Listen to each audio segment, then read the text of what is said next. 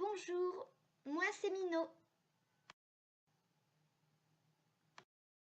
Aujourd'hui, je vais vous raconter une de mes aventures. Voici comment j'ai rencontré quelqu'un de très spécial. Ça s'est passé comme ça. Un jour, je me prélassais tranquillement sur l'herbe, quand tout d'un coup, j'ai entendu un bruit. Je me demandais ce que c'était. Est-ce que je devrais écouter mon courage et y aller, ou alors rester ici et continuer à me reposer?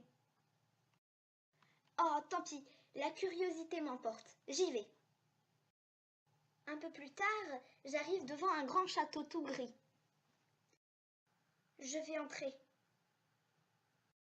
Sauf que ce que je ne savais pas, c'est que de l'extérieur, il était tout gris, mais à l'intérieur, il était tout rose! C'est horrible, quel massacre! Je ne pouvais pas survivre là-dedans, il fallait que je m'échappe. Mais j'étais tellement horrifiée que je ne pouvais même plus bouger. Puis ensuite, des petits oiseaux roses sont arrivés, des étoiles roses sont tombées du ciel, puis des fleurs roses ont commencé à venir. Oh, j'en pouvais plus! Face à tout ce rose, il ne restait plus qu'une seule issue. La mort. Et pourtant, je sentais qu'il y avait encore un espoir. Et cet espoir, je le voyais venir, je le sentais, il était quelque part. Autour de moi. Pourvu qu'il vienne vite. Je suis sûre qu'il y a encore un espoir après tout. Il y a toujours un espoir. Pitié, pitié, pitié!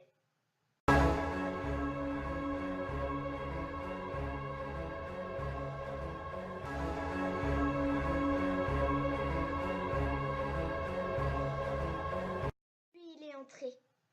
C'est sûr. Je l'ai vu pour la première fois. C'était lui, mon sauveur. Je l'ai tout de suite vu. Il ne me connaissait même pas, mais je suis sûre qu'il a senti ma détresse, parce que dès qu'il est entré, il les a tous massacrés. Il les a attrapés. Il les a tués. Tout le rose a disparu grâce à lui. Il m'a sauvé la vie. Il était si effrayant, et pourtant, dès que je l'ai vu, j'ai senti dans son regard qu'il n'était pas mon ennemi. On s'est regardé dans les yeux, et j'ai tout de suite compris ce qu'il avait à me dire. Après tout, peut-être que ce n'était pas un monstre. Peut-être qu'il avait l'apparence d'un monstre noir et grand, mais je suis sûre qu'il avait un cœur tendre. J'ai fait ce qu'il m'a dit de faire, je suis montée sur son dos. Il filait comme l'éclair. Il m'a emmenée dans une grotte, avec un feu allumé. Je ne suis pas sûre qu'il me regardait, mais j'en avais l'impression. Même si je ne le voyais pas, je sentais son regard qui se tournait vers moi. Je me réchauffais les mains. Mais ce monstre serait-il au moins capable de faire un feu? Je ne le sais pas, ça me paraissait bizarre. J'aimerais tellement qu'il puisse parler, pour savoir au moins d'où il vient et comment il a su que j'étais en détresse. J'ai tourné les yeux vers lui. Mais où était-il? Où est passé le monstre que je voyais tout à l'heure encore? À la place du grand monstre de tout à l'heure, il y avait maintenant un joli petit renard noir qui me regardait. Il avait à peu près mon âge. Je l'ai regardé dans les yeux. Je ne savais pas quoi lui dire. Mais j'ai tout de suite senti ce qu'il ressentait pour moi. Et moi aussi.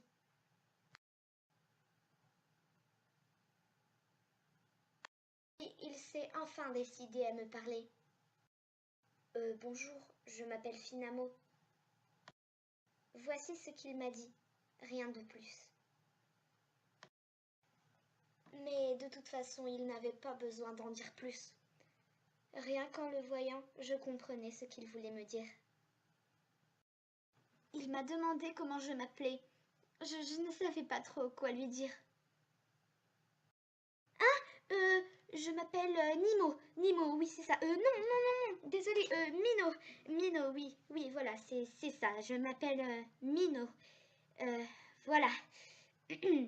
Euh, oui, Mino. Enfin, je crois. En fait, depuis ce jour, on est restés ensemble et je vis avec lui dans sa grotte. Parfois, on s'assoit et puis on regarde le coucher du soleil ensemble. Bref, je sais pas trop comment décrire ça, mais c'est ce qui m'est arrivé. Et c'est ma plus folle aventure.